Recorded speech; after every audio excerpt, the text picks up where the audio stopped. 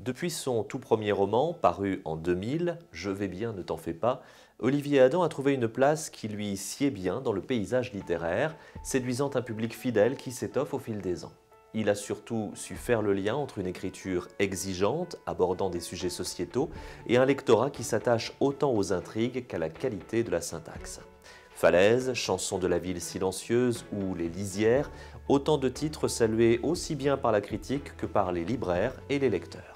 Plusieurs des livres d'Olivier Adam ont été adaptés au cinéma, Les Vents contraires ou Le cœur régulier, et lui-même est régulièrement sollicité pour l'écriture de projets cinématographiques. Pour compléter ce portrait, rappelons qu'il écrit aussi pour la jeunesse ou les ados, avec par exemple Ni vu ni connu aux éditions Actes Sud Junior ou La tête sous l'eau chez Robert Laffont. Dans ses précédents titres, Olivier Adam a souvent situé ses intrigues dans des lieux qu'il connaît bien. La Bretagne, et plus particulièrement Dinard et Saint-Malo sur la côte d'Émeraude, mais aussi à l'autre bout du monde, au Japon, là où il a effectué de fréquents séjours. Et ces deux univers sont présents dans le nouveau titre d'Olivier Adam, Tout peut s'oublier, publié chez Flammarion. Nathan dirige un cinéma art et essai dans une petite ville du littoral breton. Après un chagrin d'amour, il a rencontré June, une jolie japonaise qui lui a donné un enfant, le petit Léo.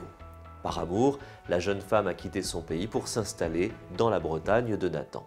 Mais au fil des ans, la belle histoire s'est émoussée et un matin, June disparaît avec Léo. Nathan retrouvera leurs traces au Japon, où June est retournée là où la justice ne donne aucun droit au père en cas de séparation. S'inspirant de faits authentiques que relaie régulièrement la presse, Olivier Adam nous raconte une histoire déchirante, celle d'un père prêt à tous les combats pour retrouver son enfant. Avec beaucoup de sensibilité, de pudeur, mais de poésie aussi, il nous parle de cette absence abyssale, celle d'un enfant dont on est sans nouvelles.